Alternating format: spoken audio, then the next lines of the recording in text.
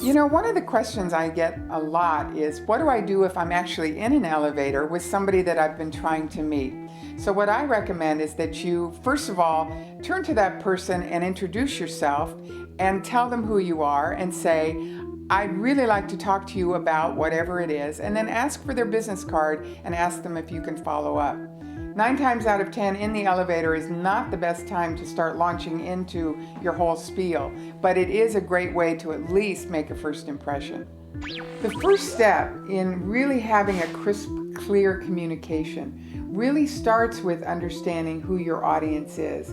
So let's say you're looking for a job, you're in transition and you want a new job.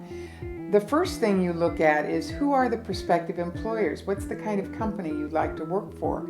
Once you identify that, then you look at, what does that company need? What is going on in that company's industry? What are the challenges that they face? What would they be looking for in prospective employees? And then, how do you fit that?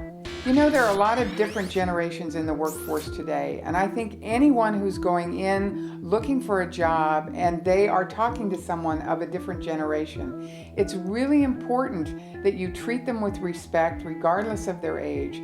That first of all, you accept that that person may be younger than you are, but they're in charge of a great deal.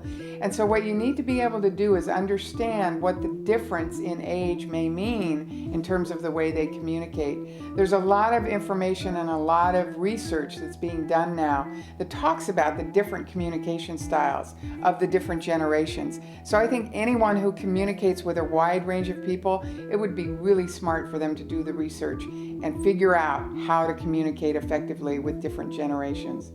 You know, fear of public speaking and fear of having a public conversation is the #1 phobia on the planet. So what I talk about is, first of all, making peace with that. And when you start feeling butterflies, just start saying thank you. Don't resist it. And then what you want to do is put your focus on the other person. If you can stop thinking about, am I doing this right? Am I okay? And instead saying, how can I be of service, or how can I be interested in this other person? When you start shifting your focus to the other person, you're not listening to that steady stream of chatter that's going on up here. The elevator speech process really is a foundation for all different kinds of communication. So once you learn it for your networking skills, you can use the same process for speeches, presentations, meetings, fundraisers. Anytime you are trying to persuade an audience, you can use this process to help you focus in on the meat of the matter.